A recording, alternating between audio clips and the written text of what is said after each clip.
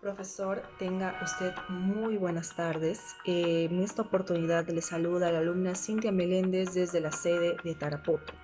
El principal objetivo de este video es para poder hablar sobre el contrato de un consorcio, sobre su definición, sus funciones, las características y las obligaciones tributarias que éste debe cumplir. Para empezar, voy a definir qué es un contrato de consorcio o qué entendemos por ello. Es un contrato por el cual dos o más personas se asocian para poder participar de forma activa y directa en un determinado negocio o empresa con el único propósito de poder obtener ganancias de este, obtener un beneficio económico, como quieran llamarlo, manteniendo cada uno su propia autonomía. Luego tenemos qué tipo de sociedad es un consorcio.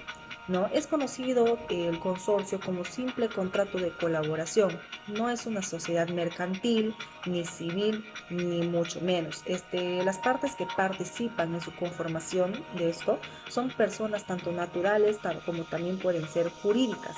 Bien pueden establecer su alcance, los efectos que esta operancia conlleva. Pero también nos preguntamos, ¿para qué sirve un contrato de consorcio?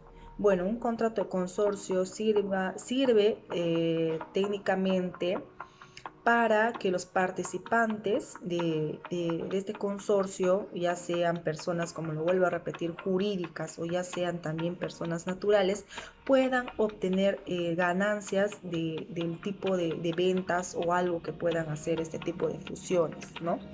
Luego, ¿para qué se pueda necesitar o para qué se necesita crear un consorcio? Bueno, los consorcios o uniones temporales, como también son llamados o como también son conocidos, al no constituir una persona jurídica y al no existir una norma que establezca que esto debe ser formal, ellos se constituyen mediante un documento privado o acta que las partes o todos los integrantes de dicha fusión o de dicho consorcio deberían de firmar. También decimos qué son las características de los consorcios y uniones temporales, que vendría a ser lo mismo, que vamos a presentar 5 principales características de este tipo de uniones temporales. Como primera característica presentamos que son asociaciones de personas o empresas para desarrollar conjuntamente un negocio, actividad o proyecto, asumiendo riesgos y utilidades en proporción a la participación de cada uno.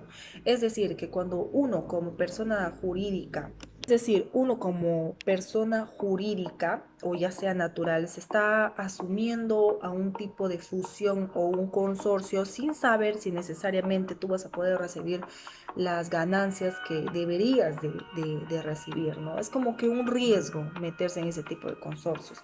Luego tenemos que no tienen personería jurídica propia. Por eso, como lo vuelvo a repetir, como lo dije antes, que no necesariamente hay una ley donde establezca que un contrato de consorcio debería de ser formal. Luego tenemos, no deben asumir, bueno, deben asumir algunas obligaciones tributarias, que lo vamos a ver más adelante sobre eso, y deben tramitar el RUC para poder obtener el NIC. Respecto a este NIC, deben tramitarlo en la medida en que deben asumir algunas obligaciones tributarias y debido a ello necesariamente deben obtenerlo. Ahora tenemos qué son las obligaciones tributarias que estos deben cumplir. Respecto al impuesto a la renta, los consorcios y las uniones temporales no son sujetos pasivos, sino que la obligación recae sobre cada uno de los miembros que conforman la asociación.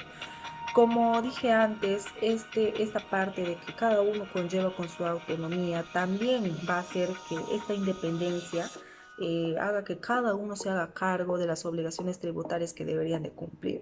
¿Qué tipo de entidad es un consorcio? En el artículo 118, la LRJ define los consorcios como entidades de derecho público con personalidad jurídica propia y diferenciada, creadas por varios administradores públicos e entidades integrantes del sector público o institucional entre sí o con participación de entidades privadas para el desarrollo de actividades de interés común, a todas ellas dentro del ámbito de sus competencias. ¿Cómo se prueba la existencia de un consorcio? Bueno, el consorcio o la unión temporal se constituye por un documento privado, como mencioné antes, por lo tanto la existencia solo se puede demostrar con la exhibición de dicho documento o una copia de él y con RUC en caso de estar inscrito en él.